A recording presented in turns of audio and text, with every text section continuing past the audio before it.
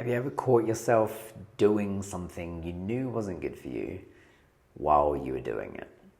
Not afterwards, not in hindsight, but in the actual moment, and still did it. Watching yourself make the choice anyway.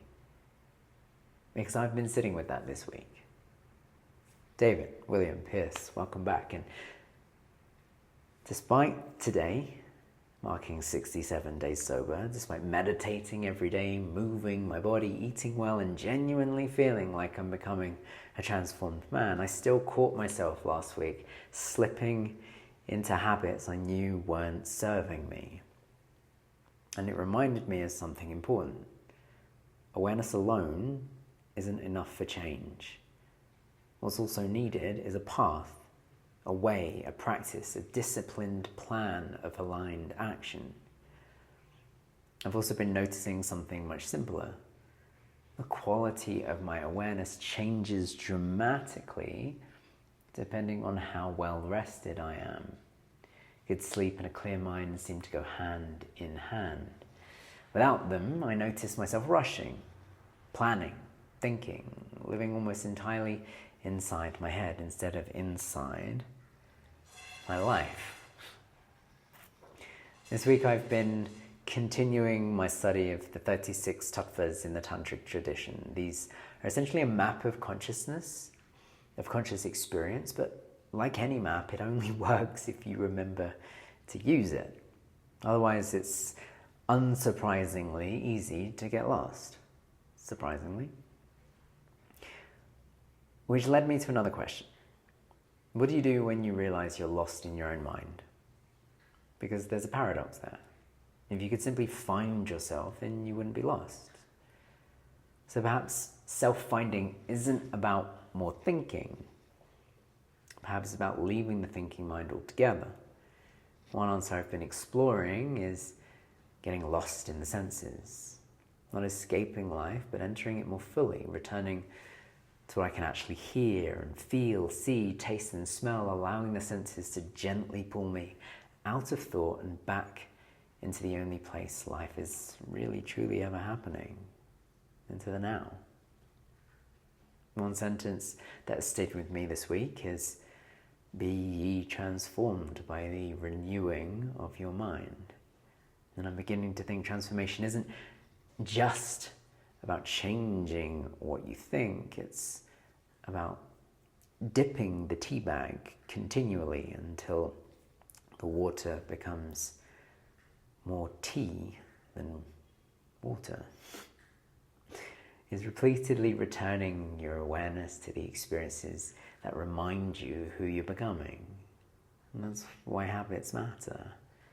Not because habits make you a better person, but because they repeatedly reorganize your attention. So I've been asking myself a different question. What habit would the future version of me naturally lose himself in? How would he think? What would he feel? Not something driven by discipline alone, something that awakens the senses, something that evokes the emotions of the man I'm desiring to become rather than reinforcing the stories of the man I've been. Something that gradually reorganizes my personality into a new personal reality, as Joe Dispenza likes to say. For me, part of that has become my dry orgasm practice. Another has become the one integration matrix. And another is something I call the 4 Ps protocol. I developed this years ago and I lose touch with it. But it's quite simple.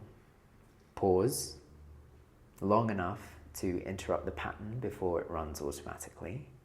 Process what's happening. Become curious about what you're actually experiencing through the senses instead of immediately trying to escape it and put a label or a projection of the past onto the present.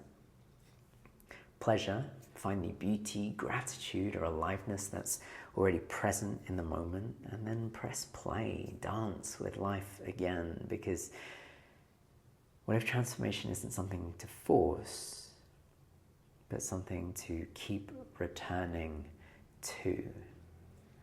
My invitation to you this week is